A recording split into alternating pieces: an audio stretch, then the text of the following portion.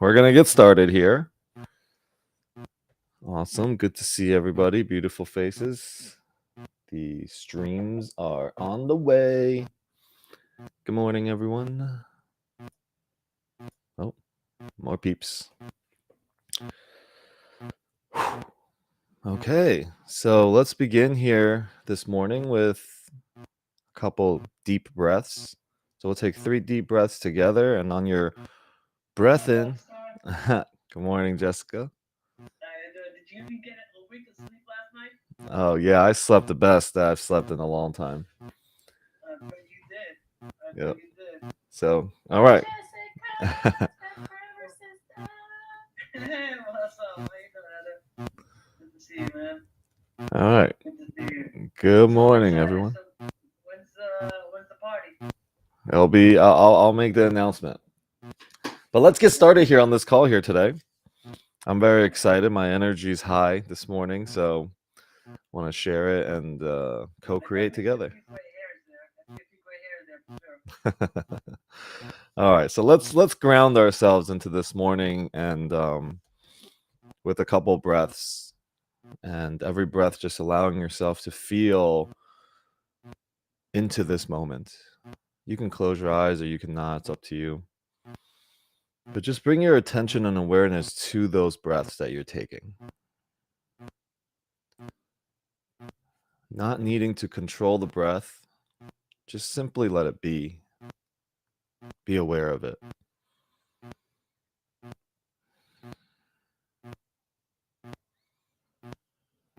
And allowing your body to relax just a little bit more on each breath.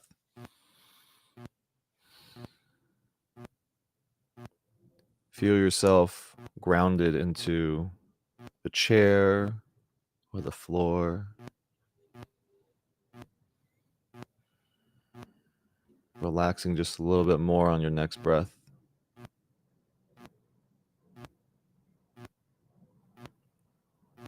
And I want you to imagine roots growing from your feet down into the earth, through the floors of your house,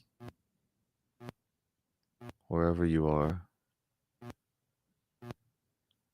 All of us, roots traveling through our Mother Earth and towards the center of the core of our planet, the heartbeat of Mother Earth. And just see if your roots can reach far down and make contact.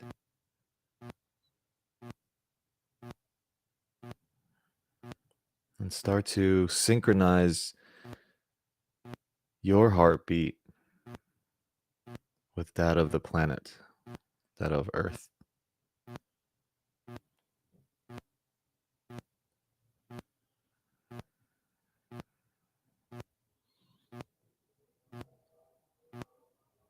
And as you're synchronizing, you see all the other roots.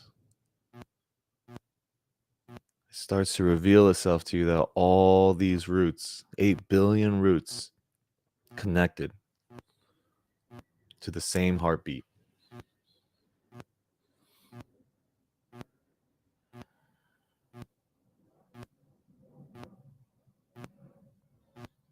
All hearts are beating as one right now. And you see the pulses, you see the lights.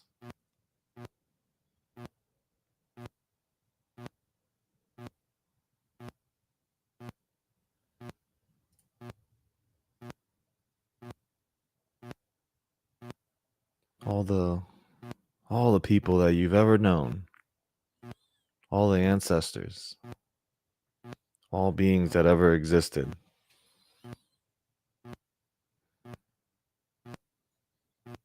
All the roots are connected to the heartbeat of Mother Earth.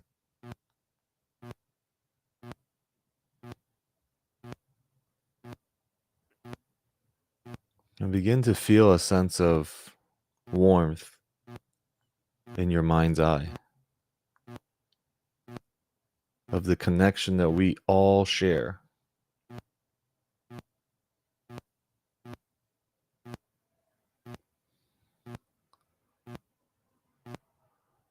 the lightness that you can feel now,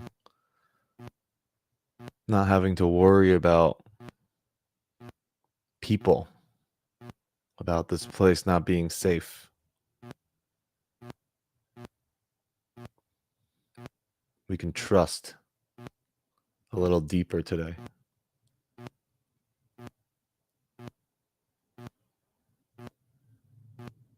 All hearts, 8 billion hearts beating as one.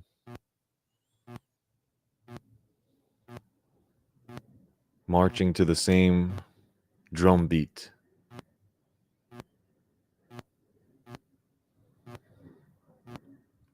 All connected in one ecosystem.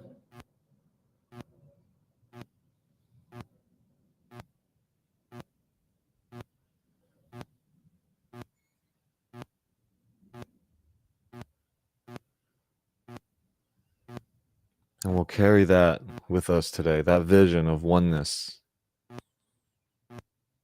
outwards to all our relations, everyone and everything we interact with today. See their roots connected to the same heart. And from that space, we give thanks to vision, to one consciousness.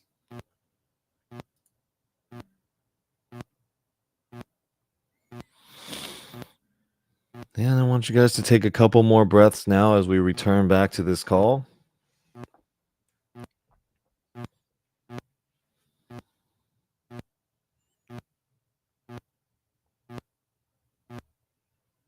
And you can open your eyes whenever you're ready.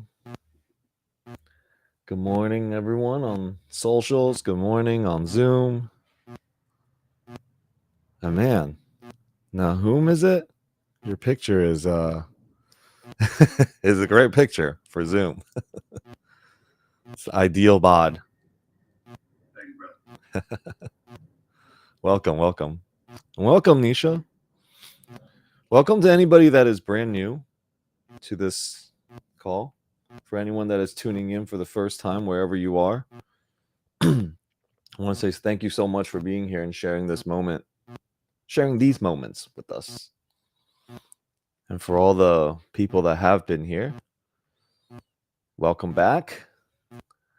Welcome yourselves. Say thank you to this moment. We're all here alive.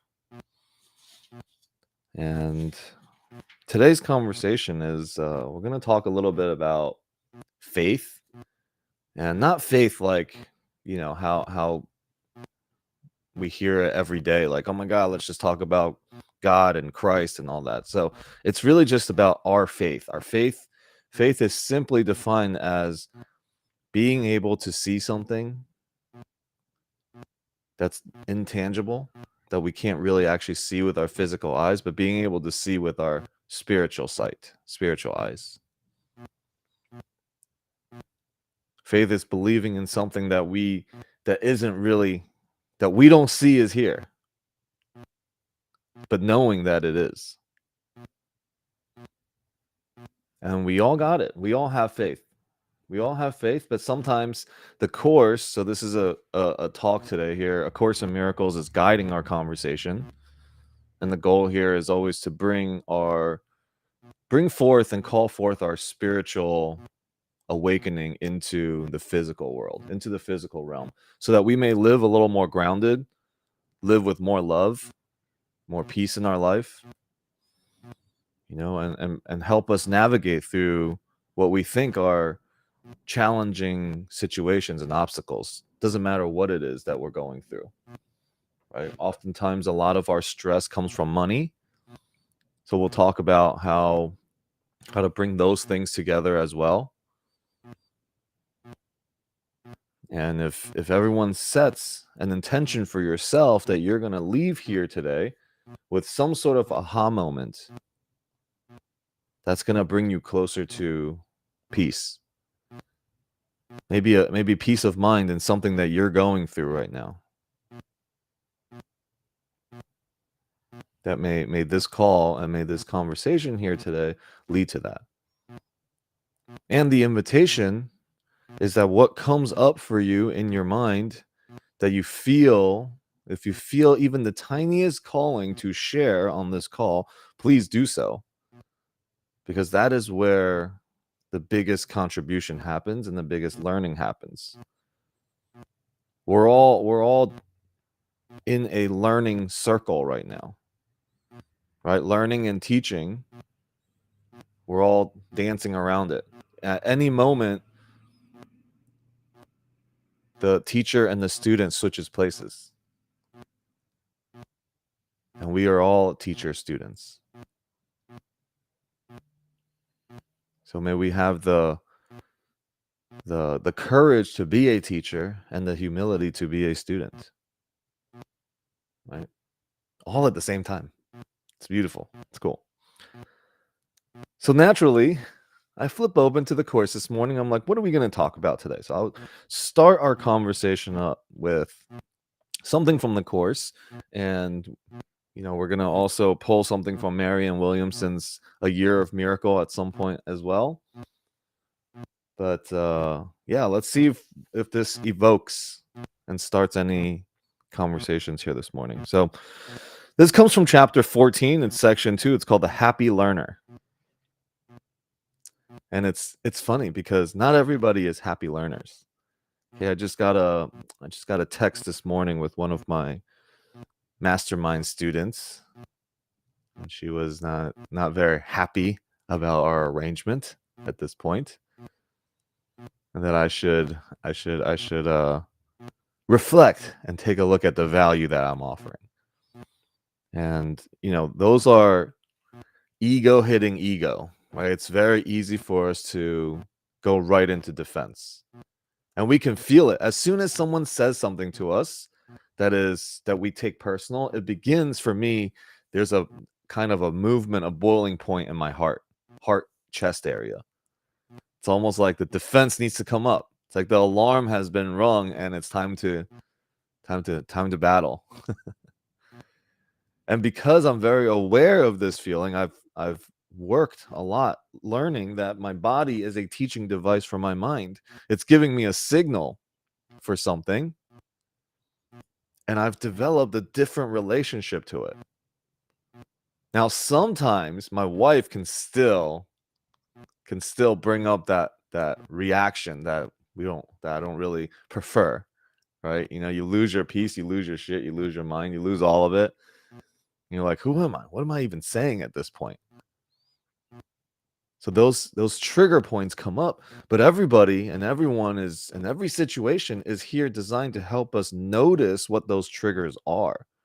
And our body is the first to tell us when it starts to happen. So the next time you're about to get mad, just stop and take a check-in notice of what's going on in the body first. The next time, before your mind can even react, your body will say, oh, this feeling right here in the chest, this is the defense mechanism coming up. Maybe it happens in your belly first. Right? Wherever it comes, just notice it, and we start to create a different relationship to it. We're creating a different relationship to our trigger points. And so I didn't, for a split second, I could feel it that I want to defend myself. And I literally just said, okay, I will. And I will work harder on it. Right? Like there's no need. I also found out that the reason that we're going through such a hard time with our loan in one of our deals, and I didn't even know why we got rejected by Freddie Mac, is because somebody that was signing on to the loan that we're giving a percentage to has other deals that are in default. Now, everyone that I spoke to reacted like, cut them off, right? They don't deserve any percentages. They cost you more money personally. I had to sell a house to make this deal happen. And I didn't. I want to interrupt. My goal is to disrupt and interrupt our normal reactions of war and anger. So I kept it. I kept the deal in place, giving up 100K maybe, even though it costs me an extra 100K. But this is it isn't about these material things. And as I share and as I read today, I want you guys to notice what in this conversation that of my story that I've shared is nothing and what is everything. Okay, what is nothing and what is everything? And hopefully you can relate to that in your own way and in your own life. What are you making everything? And what is nothing that you're making everything? I know it sounds really strange right now, but as I read, hopefully we can start to see that in our own lives and we can find the places where we want peace. So the Course says, be a happy learner. Right? So this section is called the Happy Learner. This chapter is called Teaching for Truth. And if you are new to this call and we use languaging like Holy Spirit, God, Jesus, whatever, just use whatever word you want to replace that with, whatever works best for you. Okay, let's not get caught up on symbols and words. Our practice is to look at the word or the energy behind the word. Look beyond. All of our practices that the Course teaches us is to look beyond. When people speak, when people, what people do and what people say, can we look beyond that to the innocent child that is behind that? The Course uses see Christ consciousness. We can say see the light. And as we recognize light, we start to recognize our own. That we can look beyond actions and words, and forgiveness becomes easier. And then we're able to forgive and be kinder and lighter to ourselves too, to all the people around us. And we call that forth in others. All right. The happy learner. The Holy Spirit needs a happy learner in whom his mission can be happily accomplished. You who are steadfastly devoted to misery must first recognize that you are miserable and not happy. The Holy Spirit cannot teach without this contrast, for you believe that misery is happiness. This has confused you so much that you have undertaken to learn to do what you can never do, believing that unless you learn it, you will not be happy. Have faith in nothing, and you will find the treasure that you seek. Yet you will add another burden to your already burdened mind. You will believe that nothing is of value, and you will value it. A little piece of glass, a speck of dust, a body, or a war are one to you. For if you value one thing made of nothing, you have believed that nothing can be precious and that you can learn how to make the untrue true. The Holy Spirit, seeing where you are, but knowing you are elsewhere, begins his lesson in simplicity with the fundamental teaching that truth is true. This is the hardest lesson you will ever learn, and in the end, the only one. Truth is true. Wow, that sounds easy enough. Simplicity, however, is very difficult for the twisted minds. Consider all the distortions you have made out of nothing, all the strange forms and feelings and actions and reactions you have woven out of it.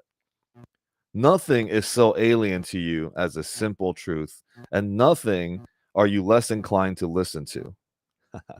The truth is true. Like, what? Alex, what the hell are you talking about? So, simplicity. That's why we want to make our life simpler. We try to make it more complicated by creating conflicts. And that's what the Course is saying. Our minds are twisted. We can't ever, when we put our faith into our worldly things, right? Anything in this world, in the physical 3D world that you live in, is not the truth. And the reason why it's not the truth It's because at all times, one thing could be true, and the next moment it could be something else. And then it could change again. One thing could be valuable to us, and then the next is not. And then the next it is again. One idea could seem good, and the next moment it's bad. And then we realize it's good again. See, the way we identify what truth is truth never changes. Truth is always the same. And as we start to recognize this, we start to untwist our twisted minds. This is why it's hard for us to understand that this final and only very difficult lesson that we have to learn is that truth is true.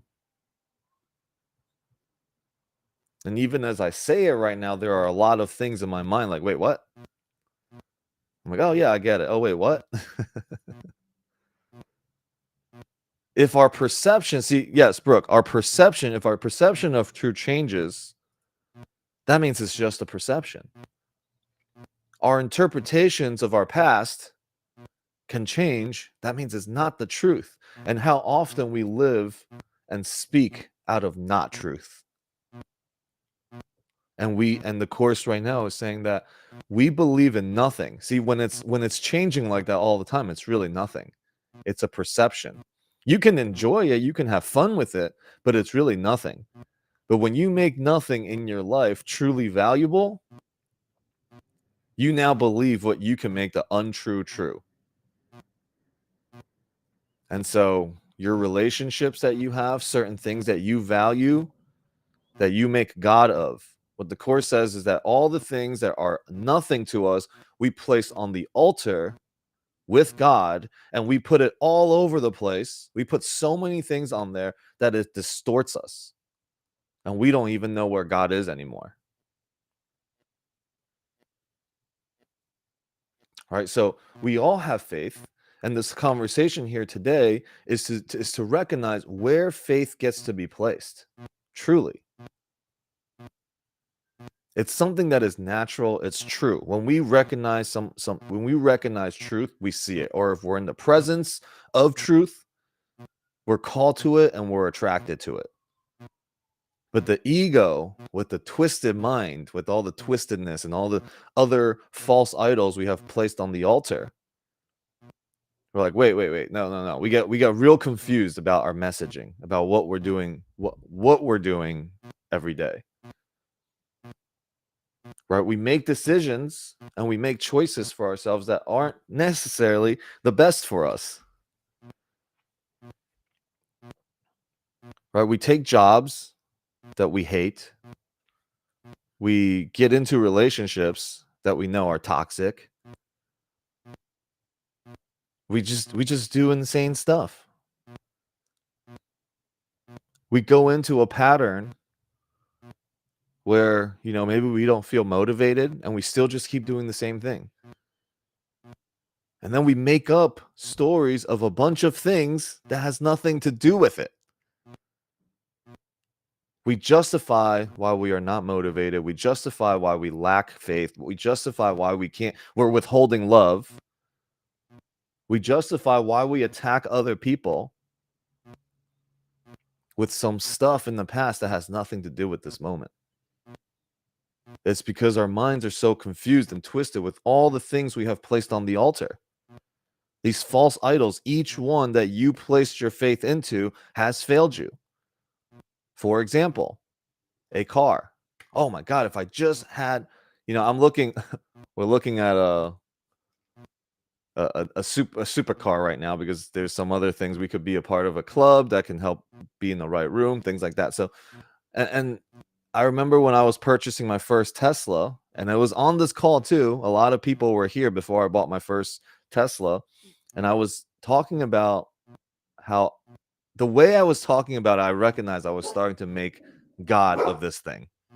And what I mean by that is I can see, and I gave my power over to it. Like, if I got it, I would be really happy.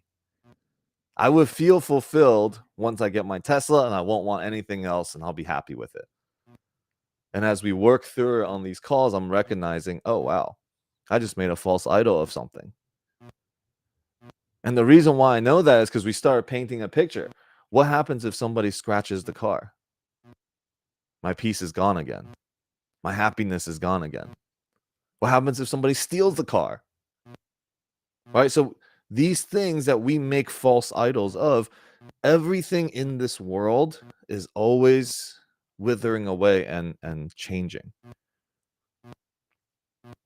So if we place our happiness in a car, in money, in a relationship, in our significant other, oh man, I'll be happy if I just find my soulmate. As soon as you place that responsibility and give that power over to someone else, nobody wants that. They may think they do at first because it's the ego recognizing. The ego wants to feel significant and recognized and rewarded, but it does. But it ultimately leads to pain and suffering. Nobody wants it. So how do we take our own power back? And this is the conversation we're always having: is what am I making false idols of? The Course says every time you make an idol of something, it will fail you and you will cry. And what the ego says is, oh, let's find another one. And then we just do more of the same. Different job, same boss. Different relationship, different person, same relationship. And we just go round and round and round until we become super jaded and skeptical about people. Because we've given our power away so much, but the one common denominator is that you are there. The ego has taught you so much to give everything away. It's always something else's fault. Right? The ego's like, yep, you just keep doing that. We want you to suffer just enough so that you don't question the existence of the ego. The Course says, don't worry, because we are all marching to that same drumbeat, that heartbeat. Right? We're all connected. And the Holy Spirit that flows through me, flows through you, flows through everything. And there will be a moment, and the Holy Spirit waits gently and kindly, patiently, for you to say, all right, this is not working. What's next? What can I do? There must be another way. This course was actually scribed because Helen Schuckman and Bill Thetford said there must be another way. Columbia University, intense, heavy competition. People are willing to step on top of each other to get ahead, talk behind each other's backs as soon as they leave the room. Right? And they witnessed all of it. There must be another way. And as soon as she said that, she started to have downloads. The moment you ask truly with authenticity in your heart, the Holy Spirit will answer. Right? Not like asking from a place like I want something, but asking from a place like, here, I surrender it. I don't actually know. You have to let go of all the things you know, which right here in this section, the Course is really saying, let go of all the nothingness that you have creative value out of. So before we read this section, I wanted you guys to reflect back into what is nothing? What is the nothingness in your life that you have made everything? What are the things that are really nothing that you have lost your peace around? You have started wars with people over. You gave up everything. Peace of mind and love is everything. You gave up that for nothing. You got to be right about something that isn't even the truth. So the reflection, today and maybe ongoing for us all is what's the nothing in our life that we're making everything? We've given so much value to it. And by doing that, we gave ourselves a false power of being able to make the untrue true. So the hardest lesson for us all, right, is truth is true. The ego's like, no, but this is true. My relationship is true. My this is true. So if we can introspectively, if we can look inwards to see what are we making the truth. And what are the nothings in our life? Yeah, all the illusions. Illusions in the Course defined as things that change all the time. So can we start to have this conversation with ourselves so that we may have glimpses of heaven on earth? That we can see love or a call for love in situations where we once saw was hostile. Where we take things just a little bit less personal because we want peace and not war and not conflict. And as we begin to do that, the remembering and the vision of that one heartbeat becomes more real for the whole collective. That you wake up to it and you share it and you extend it and others see it. No words need to be said. You just recognize your connection to the whole, and people will see it. People will sense it. There are far greater sight that exists beyond what we can see with our eyes. That's a good one. Hold on. Momentito. There.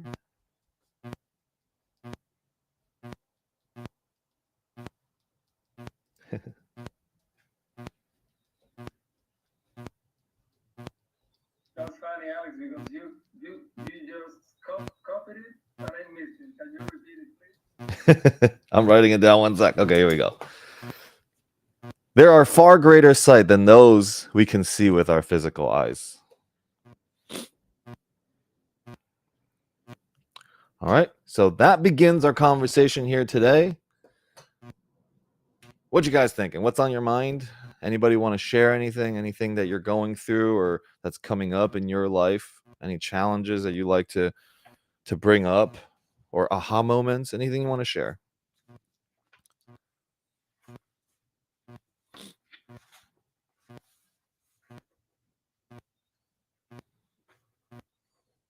I have lots to share, but I've been talking for a while. Nagar, yes, go ahead. Good morning. Good morning. Great morning so far. Good. Well, I just want to share.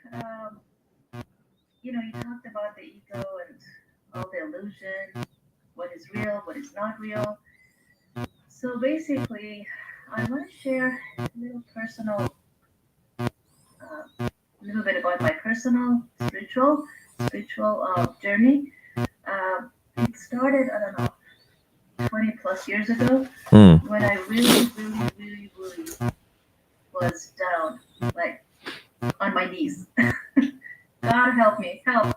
I don't know, I was like, I was crying so hard, needed help so bad, I didn't know what else to do. So when the student was ready, teacher, master showed up, and my journey started.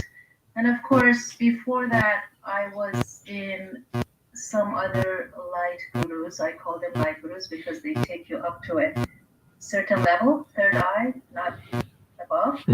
So that was my pre-course, prerequisite, I call it. But anyway, what I learned, so my masters showed up, which is all we all have it, higher self. And of course, in this case, there is a living master and there is a inner master. So in my case, and which both are the same thing. And so what the first thing that I learned that I want to share, because this applies to everything you talk about all the time. There are 5 passions of the mind. Okay, 5 passions of the mind that if we can win, not if, because we all get there. It's just a matter of our timing. So when we can live the antidotes to these passions, then we're living heaven on this earth. But like I said before, it takes lots of work, lots of shadow work. I mean, it has not been easy for me at all. But it's, at the end of the day, I I'm so grateful. Like, I would not change this for anything. If you give me $1 billion asset, multi-family, no, I wouldn't exchange it for what I've come so far, what I've become. So anyway, but still, long way to go. So the five passions of the minds are anger, attachment, greed, lust, and vanity. Vanity is the last to go because it's so hard. Vanity is the ego that gets attached to you, like doesn't want to let go. Mm-hmm. But it's all illusion.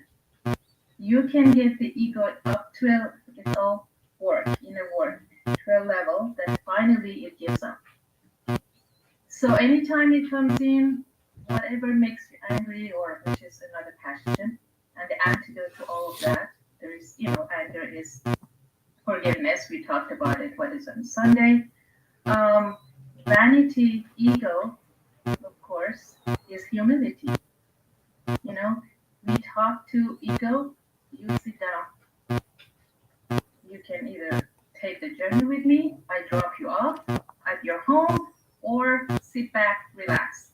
That's how you talk to your ego. Mm-hmm. And then you can bring all the other antidotes. So vanity is the hardest, because this involves the ego.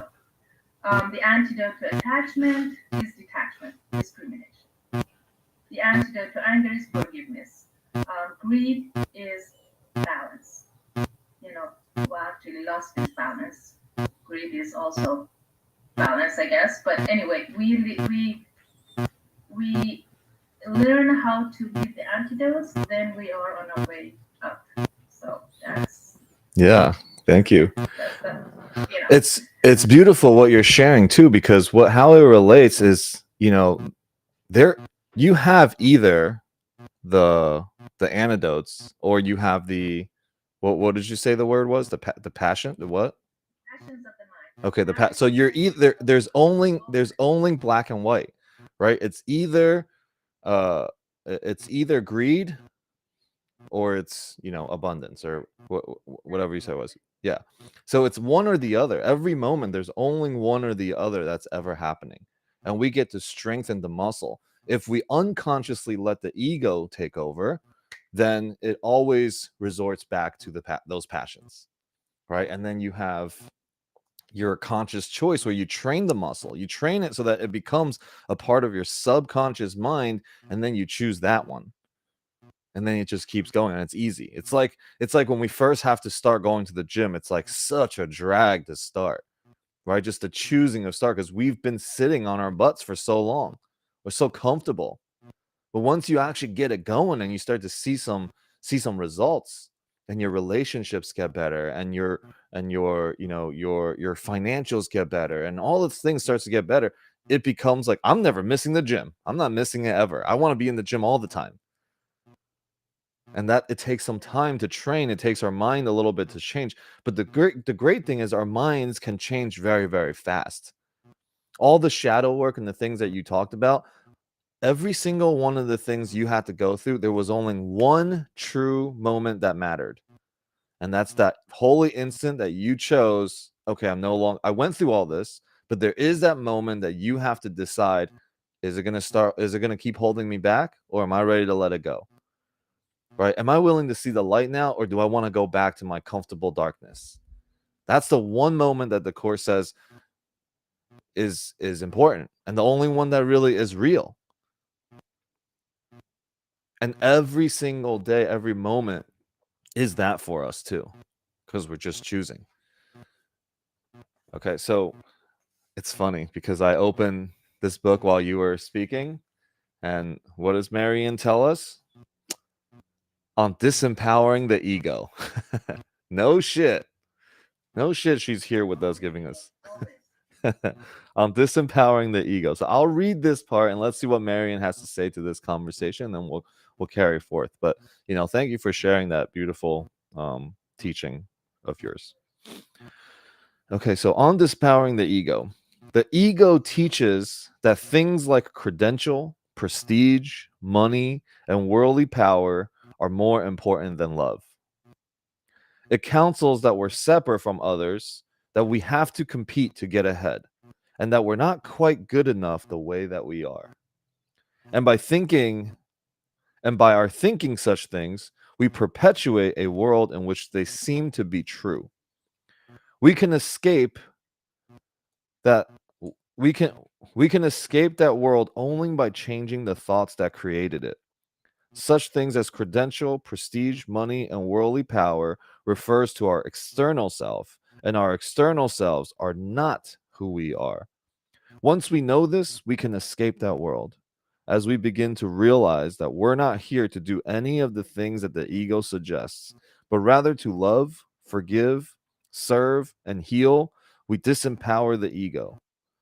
For just as the Wicked Witch and the Wizard of Oz began to melt the moment that Dorothy threw water on her, the ego loses all its power when we give all power to God. Love is what we're born with. Fear is what we have learned here. The spiritual journey is the relinquishment or unlearning of fear and the acceptance of love back into our hearts. Love is the essential existential fact. It is our ultimate reality and our purpose on earth. To be consciously aware of it, to experience love in ourselves and others, is the meaning of life. Well said, well said. Good job, Marianne. Marianne for president. People are going to get mad at me about that. I don't care. All right. Who else? What else does anybody want to share? Anybody on any of the socials and stuff? You can also chat and text in there. Anybody here on Zoom? Feel free to share. Let's see Oh, my babeski's here.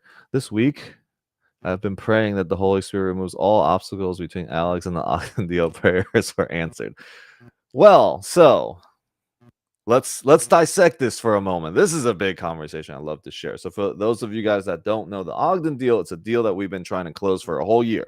I shared a little bit about one obstacle, but there was many moments. This was one of the greatest lessons that I've had and the teachers I've had, this Ogden deal. Multiple times throughout the deal, we were about to lose it, and there was nothing more that I could possibly do. I could only sit and pray and praying for peace, okay? Not praying for it to turn out the way I wanted to turn out, but pray for that I can have the strength and the courage to meet it with peace of mind. Okay? And also, there was probably about 5 or 6 times where that happened. Now, every single day, you guys have still seen me on these calls, but every single day and every moment I battled between peace and worry, and should I even show up to calls? Should I, any of this stuff, right? And those conversations. So I learned a lot in this last year with this deal. And of course, this deal comes down all the way down to 10 minutes before title closes. Okay, if we did not sign the docs yesterday, we would not be able to fund today, and the seller was going to cancel the contract. He did not care if the docs came in today or if anything happened today. If it wasn't funded today, it's done. Of course, it came down to the last 10 minutes. Now, God knew this whole thing was going to play out this way. I spent the whole year worrying. I have back pains. I haven't been sleeping well for the last 6 months. And I chose worry, right? Because somewhere along the lines, I made God of this deal also. This deal itself is nothing. The money that is involved is also nothing. But because I've made so much value of it, I allowed it to take everything from me. Peace. So I prayed a lot, meditated a lot. My faith has definitely gotten much deeper. And I recognized, just looking back at it, my faith and my perseverance, my constant push to find solutions in the presence of all these obstacles, I have built some amazing relationships. Huge doors that I couldn't even imagine are opening for me. One deal is now turning into one small deal. Well, it's not small or not. I mean, this is relative, but you know, it's opened up like something insane. Okay, and my prayer really was always, how do I take people with me to what I'm creating and what I'm doing? And about a week ago, I was getting a massage, and all of it came pouring in. Clear vision of everything I need to do. How do I structure all this stuff? How do I bring people in? How do I actually accomplish what I want to do here in Vegas? You know, how do I make the greatest impact I can make? How do I end world hunger? Even ending world poverty, I had a clear path and a clear vision to it. Super interesting. You know, but there was many places along the way that I could have just threw in the towel for real. But I would throw in the towel, and then I would pray, and I would get back up, and I would continue looking for solutions, and I would not give up, and I still show up to my calls, and I still do these calls. These calls are actually probably big savers for me. Twice a week, like, really grounds me for at least the next couple days, you know? It hurt our relationships. There was things that I was attached to. I didn't want to sell this one house that I had sentimental connection to. I was like, no, I don't want to sell it. Yes, I'm selling. No, I don't want to sell it. Like, just back and forth. And then I did. Just to keep this other one alive. I was like, wow. How much am I willing to put into this deal to keep it going? And then yesterday was the most. Was all of that came down to the last moment of faith. And we're supposed to get the loan docs in the morning. We didn't. We're supposed to get it in the afternoon. We didn't. And now it's title's closing at 4:00. I'm like, guys, it's 3. If we don't get it in at 4, like, this is done. You know, and I was basically stressed all the way to the very, very end. However, I did meet somebody in the last 3 weeks or month that helped me get this deal done. And because of this relationship, I actually didn't stress and didn't worry as much, even to the final minute. I felt like there was a thing that came over me, like, I know it's gonna get done. It was so strange. Even when we had just 15 minutes left, I somehow still had such strong faith that it was gonna get done. Like, there was a knowingness. I was like, no, it's fine. It's gonna be fine. Just look at all this stuff that happened in the last year. Like, you spent a lot of time worrying and not sleeping and all this, just for what? We all knew this was going to happen. That's basically what I was hearing, you know, and it was just incredibly beautiful. And then it did. I got the message. Loan docs are going out right now. I'm like, holy crap. Of course, you know, it's going to come down to the last 10 minutes. And I created my relationship with this new person that I met is the key. You know, he's my key for my next level, and I'm his key to his next level. And we both recognize that there are synchronicities across the board everywhere. From 2 years ago, that my wife, he bought his wife a DeWalt set for her birthday, and I bought my wife a DeWalt set for her birthday. Hilarious. How does that even happen? All right, there's just dots connecting everywhere right now, and it's so clear that there's something else. I am on a path that is connected to my calling. Like, the path just is so clear. And the people that come in, and I can see clearly what their purpose and their vision is.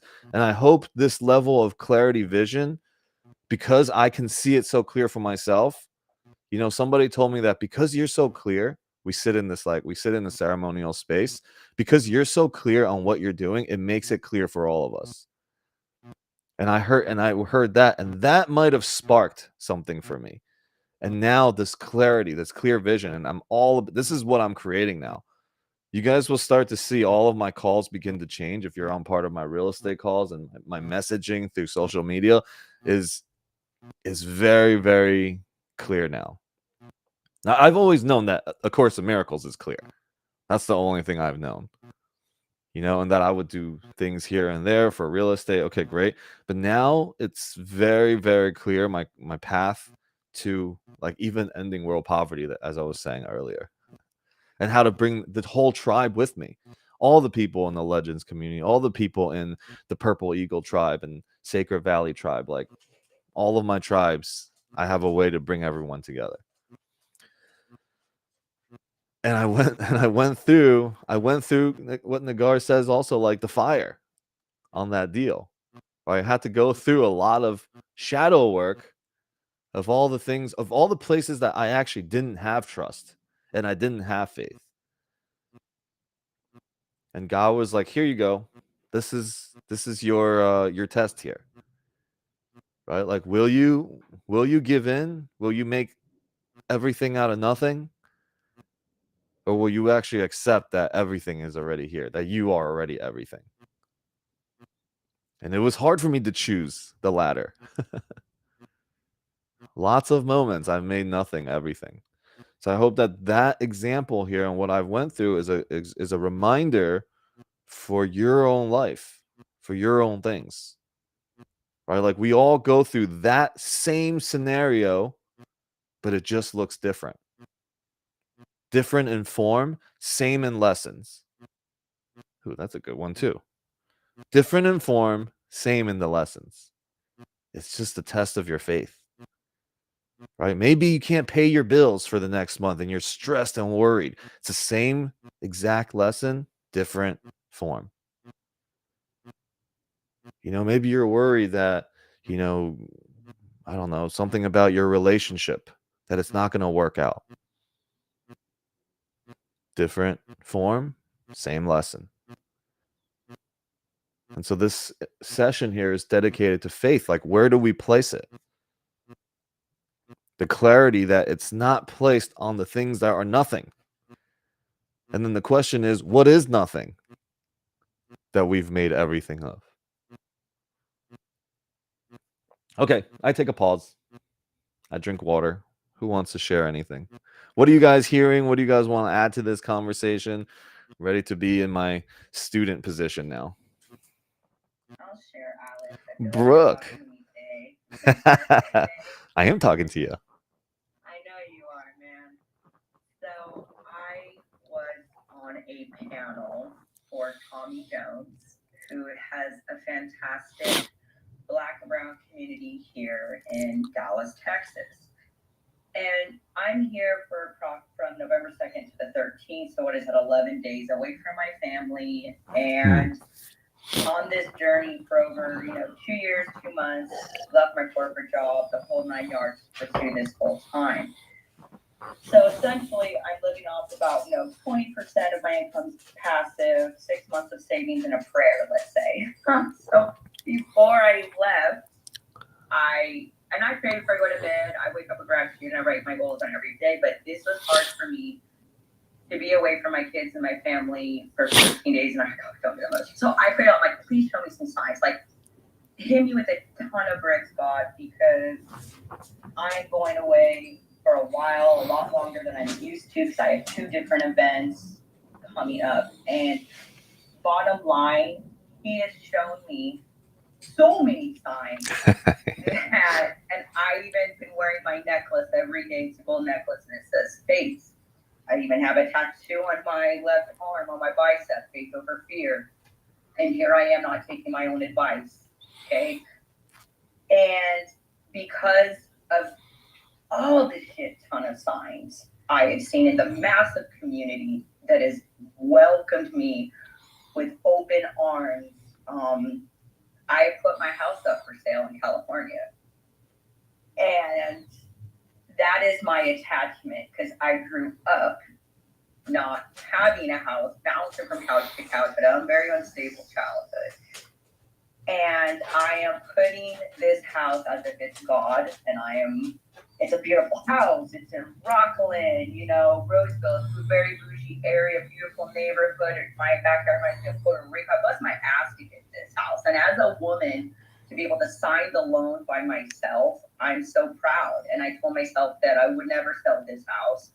However, because I'm not willing to go back to the corporate world and I have approximately 200 to 300K in equity, I'm taking that leap of faith and I'm going to use that money. Part of it will be in investing and working with Tommy's people, but then I'm also padding that and just going to rent a house, pay for it in advance for a year with my family. And being here, I've had another opportunity presented to me, and we've had lots of dinners, and now we are in a creative phase of clustering everything for a program with Tommy's community to help lead. So, and I'm still scared, regardless of all the signs. I'm running this with my husband, and he was there at Tommy's event too. He's like, I don't know why you're asking me for permission when it's not you. Well, he's like, I'm all in. And even my teenager, who's almost 16, she's sending me houses in Frisco. And I told her, look at Frisco, look at Grand Prairie, look at here, look at here. And anyways, I feel like in being on this call, we're talking about space, y'all. We're talking about the houses I didn't sell. Like, Alex. So you're just continuing to solidify that I just have to do it scared sided. Most of the time, that one thing you don't want to do to accelerate and truly fly, you have to do it. It's always that one thing hanging over you. And I'm going to go back to California. And remember how people say people like to hate on California, but I like the beaches. I got the maps. I got everything. I have a beautiful house. And I'm about to walk away for all of that to truly be all in the multifamily space and the coaching programs and just a phenomenal community here. So I appreciate you for kind of solidifying some of my feelings, even though I'm still scared as all shit, and I'm just going to run into the scaredness and continue to have faith. So I appreciate you. Yeah, that is amazing. Multiple times in your share right there, got the chills. You know, like seriously, I feel like I'm going to cry. Oh, man. My kid's going to hate me. And he was like, you're so, and my husband's like, Amor, your whole community's here. Like, when I came here, like, the amount of gratitude in this community, like, and then me and Shirley were there. We sold all of our books. 50 books were sold. We're on back order on like 7 or 8 books. We're still trying to figure out, like, okay, tracking everything. Like, it's just, and they're sending all these communities. Hey, come here, come here. Then we had a business proposal for clients. It's overwhelming, and it's all good things, and it's scary. Yeah. So do it scared excited, right? Yes, and share, right? The more you share, the more you'll realize that this is like you'll inspire others because everyone is going through it on just one form or another. And you build your tribe and you build the people that are really going to have your back because they'll share this connection of feeling the fear and do it anyways. So that's amazing. I hope I see you sharing more of that story because it's really inspiring. You're the first time I really shared it. The only person else I was like, man, Alex is asking for all this, and I want people to grow, and nobody knows about this except for Tommy himself, Shirley, and McGinna. That's it. Nobody else has been shared to you. So I'm scared. I'm like, okay, well, what if I back out? That ain't look hella dumb. And then I look like I'm not a person of my word. And 99% I say I'm going to do something, come hell or high water, I'm going to do it. So you're either on my side to get the hell out of the way, I'm going to bulldoze through your ass. There's so much hilarious. empowerment here and so many signs. And I just need to go through and do it scared. And our realtor sent me all the stuff. Okay, we're going to do this. And ball's rolling. And for me, I'm kind of like, okay, well, if everything is smooth sailing, I want to hear your perspective on this. Because somebody said, no, that's not true. I'm like, okay. In the past, when I am in line with my vision and my purpose, etc., I have minimal obstacles. Things seem to just flow, right? And I'm like, okay, if the house sells quickly or this, or I get all these signs that are block. Like, do I take it as a sign? Like, is this not what I'm supposed to do? Or do I just push through it? Is like, it's supposed to come easy? Because, for example, with my first husband, when I was trying to get my own place, and I'm trying to do all these things away from him, nothing was working out for me, ever. Nothing. All the places I was applying to in San Diego, I was supposed to be transferring for AT&T. I was getting blocked left and right like a ninja. Punch kick. I was like, damn, this is not cool. The very first place in Oxnard in SoCal that me and my ex-husband applied to, same day we were approved, everything was smooth sailing. So I would love to hear your perspective on that because I put such a major move. And I don't want to be like, oh no, months later, I haven't sold my house. God is not going to do this. And so I don't know how to feel about that. So, everything is actually easy. Like, this is what when we're just trusting and have faith, everything's actually easy. But we start to make nothing out of everything. And if we don't get that something, we're like, oh, it's being blocked. Oh, we make up a whole bunch of stuff when basically God is saying, well, don't walk this way because you're just going to walk off a cliff. And you're like, no, but I want to walk off that cliff.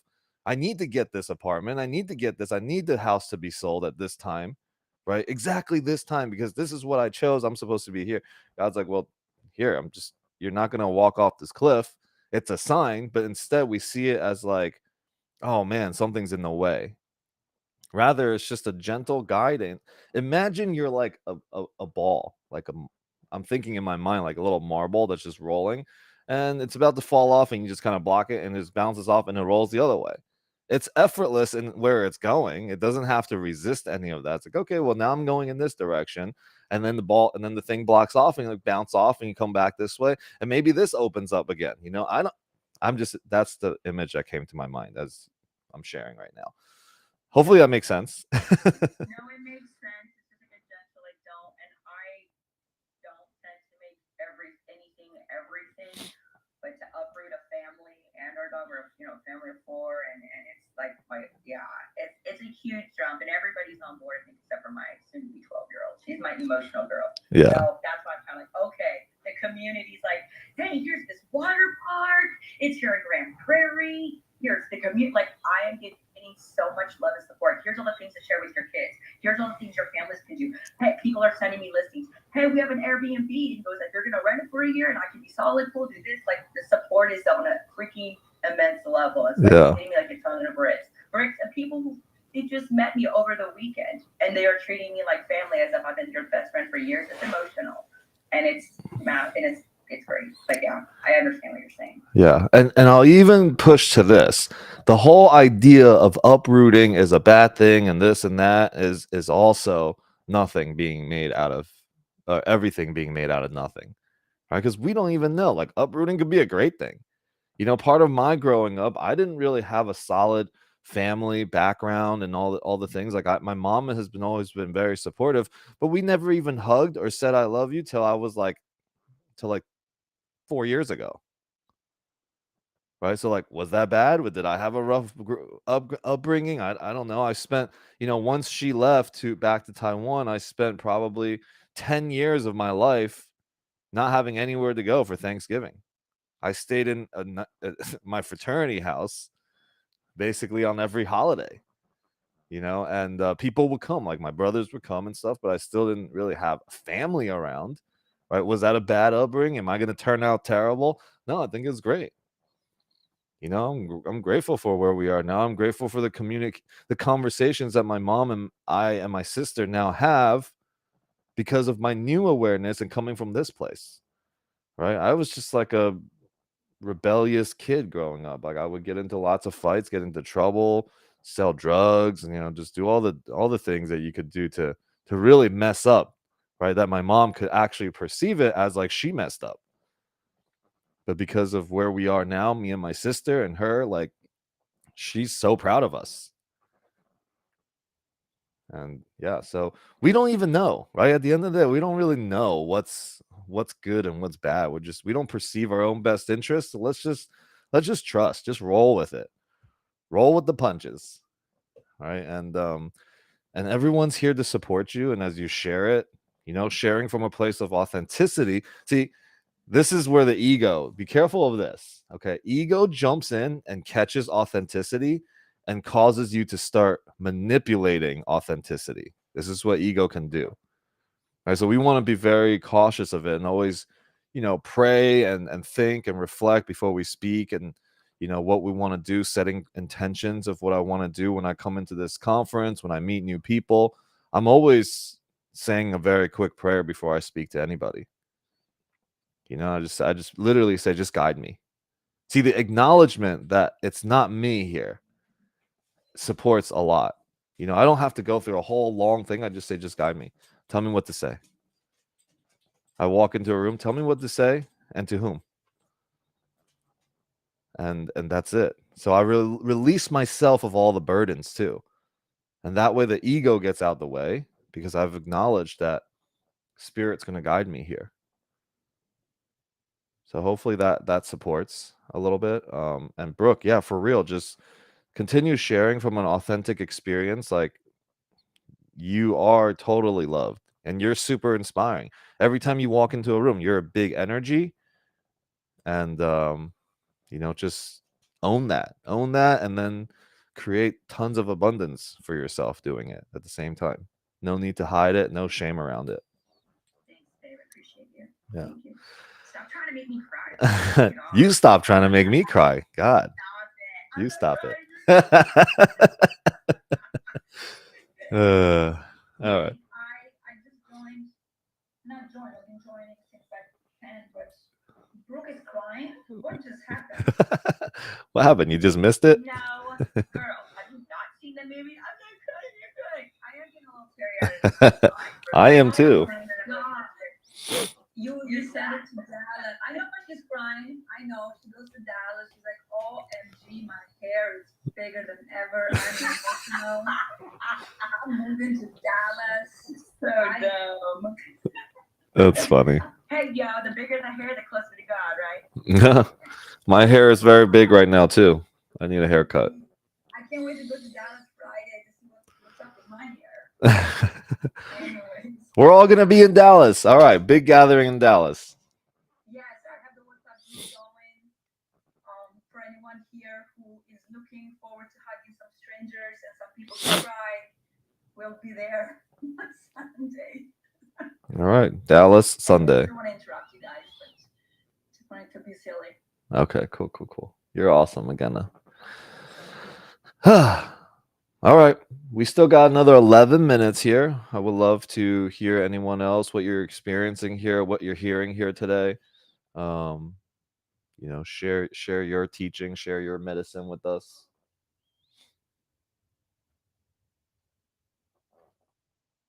Natalia. Good morning, everyone. I wanted to share a little miracle that happened as you all were speaking. And so this morning, this week, I have scheduled a massage, and she was only available Wednesday at 9:30.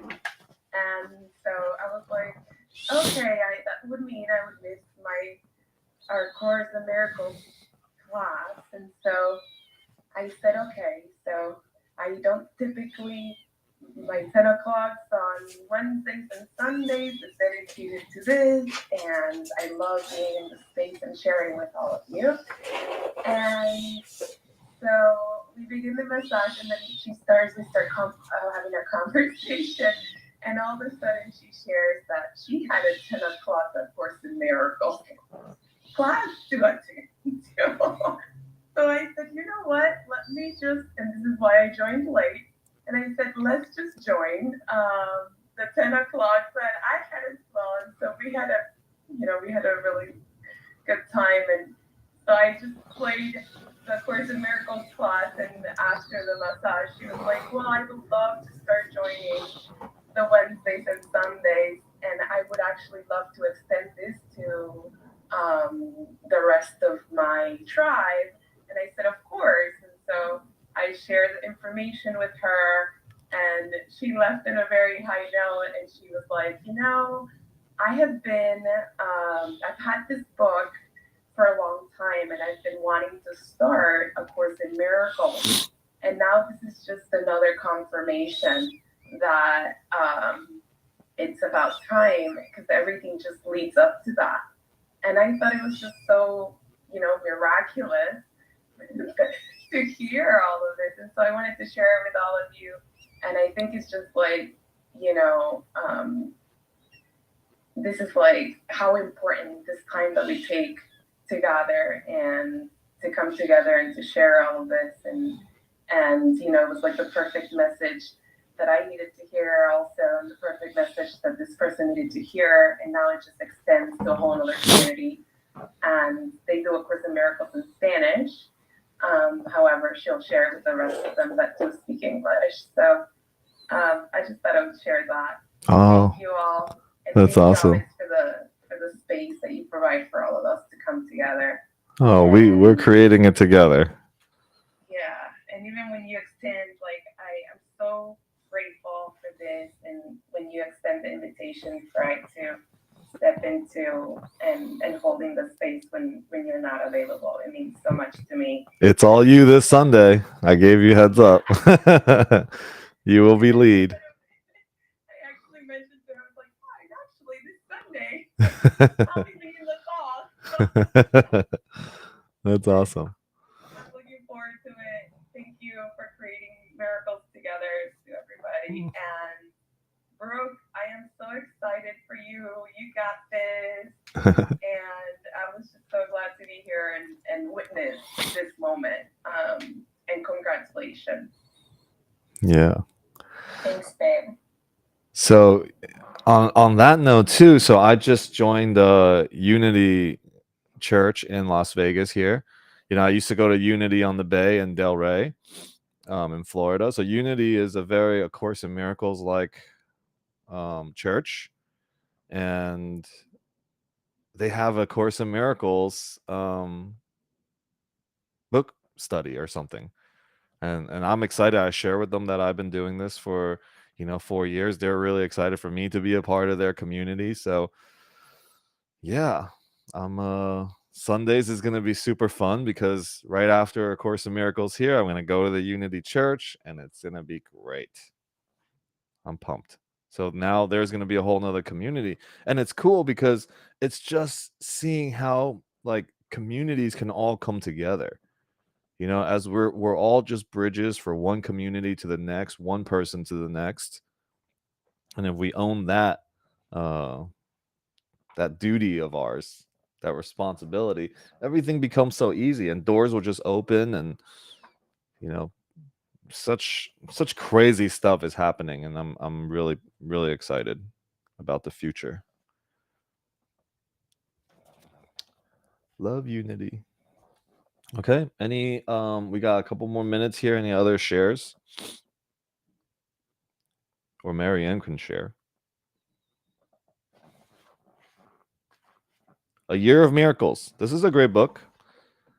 Actually, every one of her books is great that I've read up to this point. So, day 338. In any moment, in any circumstance, a miracle will occur if I align myself with love. There is no order of difficulty in miracles. One is not harder or bigger than another. I am a child of God, and God works miracles naturally. Miracles are built into the fabric of the universe, and I am entitled to them because of who I am. Remembering who I am, I will not struggle today about anything. I release all cares, all burdens, and all questions to God. I will not constrict my energy, but rather relax into his loving arms. From there, every circumstance in my life shall be miraculously lifted to divine right order. The more burdens I carry, the more temptations I experience to tighten, to worry, to control, to constrict. Yet today, I remember to do the opposite. I remember that miracles will occur in whatever situation I release to love. Today, I release them all. I feel like this one's for you, Brooke, and for all of us, but that's awesome. Okay. One last note, Alex. Yeah. So shout out to Brooke. Wow, that's very courageous of her to do. And I think that the worst thing we can do to ourselves is not overcoming our fear. And she definitely did that. And as we know, fear is what false evidence Appearing real. appearing real. So I attended many years ago a seminar that Jack Canfield, you know him? Jack what? The first Canfield. No. The first Chicken soup for the soul. Chicken soup for the soul. Oh, yeah. Okay. That's the guy, Chicken Soup for the Soul. He was talking about how fear is just an illusion. And he was bringing up people on stage, and helping them to get over their fears. And he actually helps people to, like, for example, people have fear of snake, right? He he forces them to confront it. So it's like nothing. Because if you see a belt from far, you think that it's a snake, and it's not, and you get so fearful, you get closer, oh, it was just a belt, you know? That's how it's elusive the fear is really that appears so real to us. And so, yeah, we have to find out what our fear is. Just go for it. Just go for it, you know. And also, I read something today. This is the book I read in the morning. I don't know if You got to bring it closer to your body, I think. pages. Bring it closer to your body. Oh, My body. there. Here. Yeah. So this is every day I have like 10 of them at least. Nice. So yeah, about weakness. So we should not just work with our strength, but our weaknesses. Find out what they are, and of course, our master shows us what they are, and just work with them. You know? Yeah. So Sounds like a. 1 year from now, Brooke will say, "No wonder I did it. What if the housing market crashed? You know, I'm so glad I did it." If I'm not mistaken, you said you sold it. You sold and used in equity, right? No, No, I she's just selling. put it up on the market over this weekend because of the community and events, and I kept asking God for signs because I'm taking over 10 days away from my family, and I'm tired. I travel a lot away from my family, and I have probably spent on this journey. It's like 107 for my CPA. It's 174,000, a little over that on this, and to leave You your put it on corporate the job. market. No, to Oh. so just in the multifamily journey, you're paying to go to the events, you're in masterminds, you're in all the things, right? And so to be leaving a six-figure job and then to move from California to here, like it's just a lot. When you have a family, if I was single, I would have did this a long time ago. But it's not just about me. I have daughters. My husband has daughters there, right? So, but they see my growth. They see how quickly I have come. I am the breadwinner. I support the family of the house, right? So when it comes from a money perspective, it's all on me, y'all. And so to take my kids away from their dad, who's an hour out, and to do all of the things to have faith, there's a lot of conversations and there's a lot of stuff and navigation you have to do, right? That's what makes it difficult. It's not all about me. I'm doing this shit for my kids, my husband, and for a better future for all of us. But you're right. I have to take the faith. I have to keep it moving. I asked for signs, and God slammed me multiple times this weekend. So, yeah. That's awesome. Yeah. And, taking swift action like this is great. I've found in my life so far up to this point, me making quick decisions, taking quick actions, like they've all paid off, so congratulations on doing that. There's another acronym for fear that I always say too is just fail early and responsibly, that way you can get through all that stuff as fast as you can so that we can enjoy peace and all the things before we actually die. Fail early and responsibly. Um yeah, and we get through all the things that just aren't real for us. So and Brooke, like it's also good to slow down and just do things one at a time too. I know it can get in the multifamily space and being around high energy and lots of people, everything can happen very fast. Actions take fast, but also, there are things that we want to do that is, so that it makes things more effortless.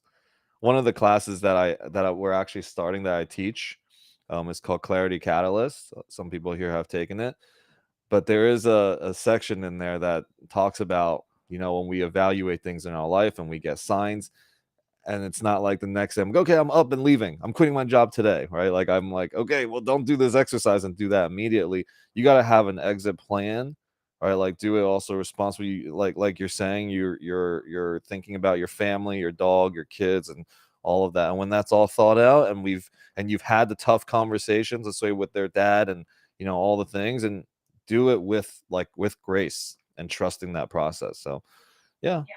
Just to jump in, these conversations have been being had in the last 6 months.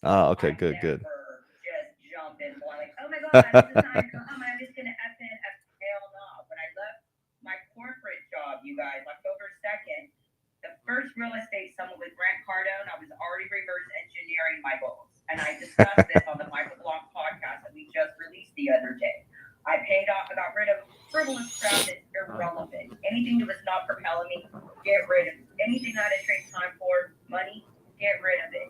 And I was able to get everything down to our mortgage and our utilities, food, gas. That's it. That's how I was able to do that in 2 years, right? And then two, I had another opportunity in Dallas, but I'm for another corporation, another company. So these conversations with my ex-husband was already being had. Like, we'll figure shit out. And they're popping out the next 3 kids. Yeah, like 3 kids. I'm under 5. She's due in January. Daycare's already over $3,000 for 2 kids. He's having to move another 2 hours away just to be able to and try to sell their house. This conversation's been happening for 6 months, y'all. But because I am nonstop putting out money and I'm on this journey, and my husband's like, damn, babe, and now you're like living off 6 months of savings and a prayer. Shit, like, so it's a lot. Conversation's been had. I'm not getting a wild hair up my ass. Like, okay, I'm gonna uproot my family and my dog. No. All right. Conversation. This has been a seed at the planet. So let's just. Good. I promise I'm not open cannon. Yeah, no, I'm not saying that. I'm just saying it's good to, take a look at things one at a time. So, and I hope that along this journey, if especially when things get tough, a lot of times people wait until things get super tough before they start having like being on these types of calls and stuff. Like you got to work the miracles and practice faith while things are good as well, so that when those times come, you know how to deal and how to how to face it. Those are like that's game time. The rest is all just practice. It's practice time. So awesome, Brooke. I hope I can't wait to continue watching and witnessing your journey and all of it unfold. Okay, Barbara, go ahead.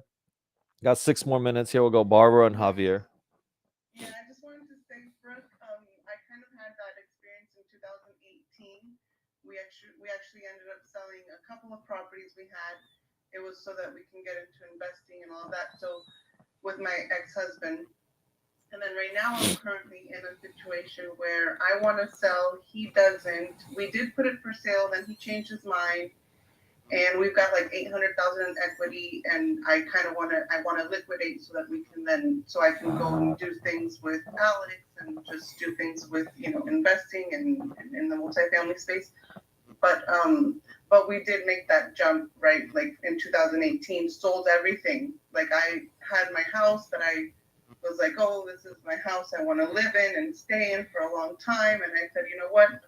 Fuck it, I'm gonna sell everything. And literally I lost everything that was near and dear to me, material wise, things that I thought, oh, I'm never gonna let this go, and I ended up letting go of everything to make the shift into investing and all of that. So I think you're on the right path, and those signs that you're seeing, obviously keep following them, because I had to do the same process. Like my husband at that time didn't want to sell, and I was pushing, and then I had to kind of let go and put it in God's hands. And I actually told him, I said, you know what, let's do a test. Let's put the house for sale at a price that we don't think it's going to sell. You pick the price. And if it sells, then it was meant to be. And if it doesn't sell, then it's not. So he finally agreed then. And then things started moving and rolling, and then we bought another property, multifamily property, and now I'm in that position again where I'm like, okay, how do I need to put this in God's hands, because we're both on opposite ends of what to do, and of course now he's my ex-husband and all that, so it's different, but yeah, super excited for your journey, Brooke, and also prayers for mine, please. Yeah, prayers for everybody. Thank you for sharing, Barbara. Javier, go ahead. Yeah. Hey, thank you so much, Alex, for today has been great. I really appreciate it. I always feel great. I really mean. But wow, today has been so amazing. And I'm so glad for the ladies for what they are doing with their team and their family. It's super great. And I believe that they will do awesome. Not only because of the way the things that I heard about this particular lady in this group, but because I have the feeling that she will use already. So I'm like, okay, if I were on her family, I would say, hey, don't worry, just continue to do so. So that's what I totally mean. My question, Alex, is, you know that what would you do, or any of you guys, if you have a situation? Because I am asking you because you guys accomplish so much things. So what would you do if you have, let's say, four things that you love to do, and you will have to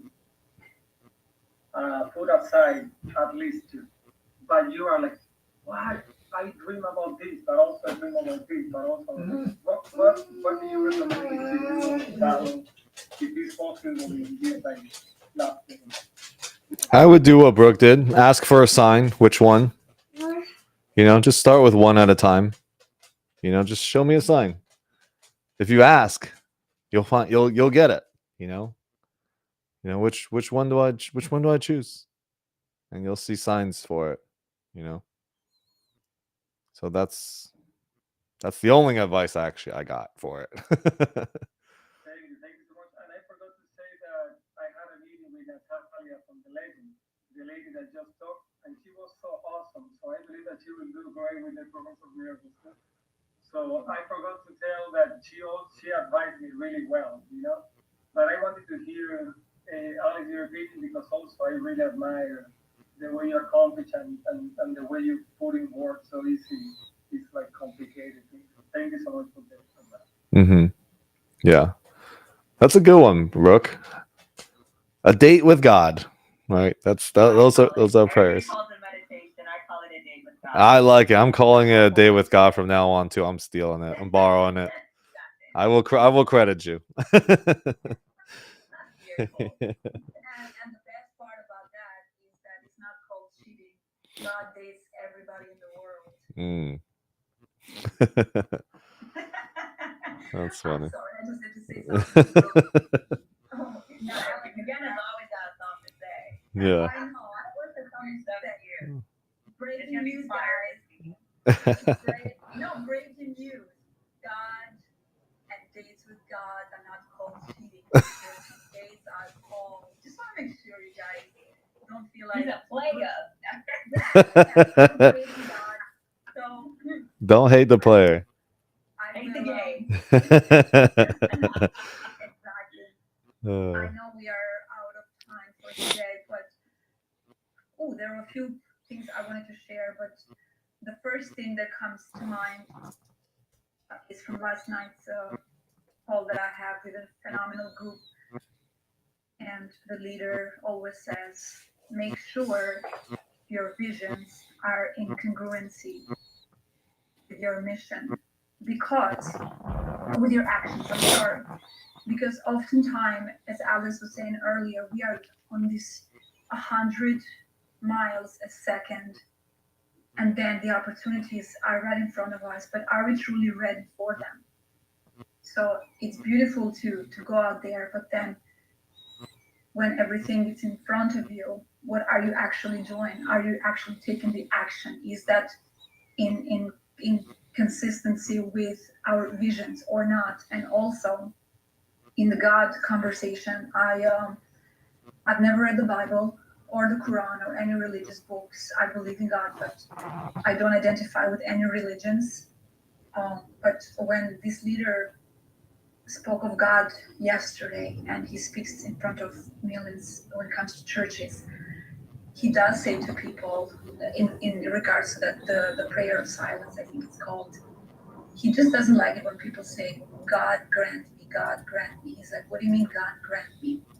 You have to lead with thank you, God, because you already have it in you. And he's like, if you ever want to be in a relationship with God, whatever you call God, make sure that God is not a small God, but it's a grandiose God. And to Brooke's point, have a date with God. We should all have a date with God, whoever that God is for us. And you'd be shocked at how many answers you will get when you have that amazing relationship with your internal being. and I work your way outwards. And Brooke, on the Dallas conversation, the quote comes to mind is, you want to be in spaces and in places where when you enter the space, everyone smiles because you're in that space. And also, small steps lead to bigger outcomes.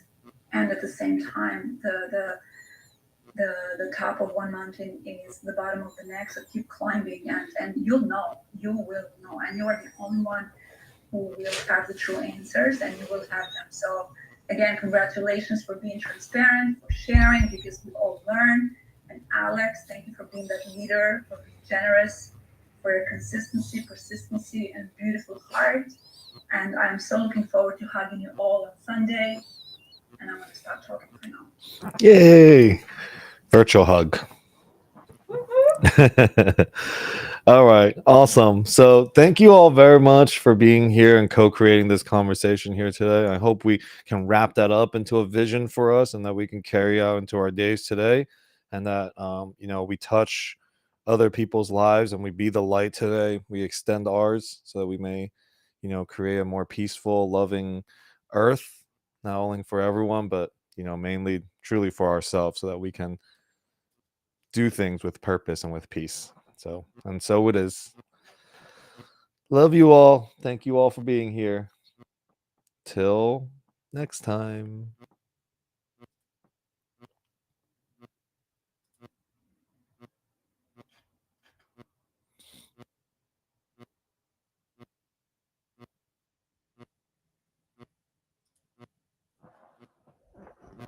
See you later.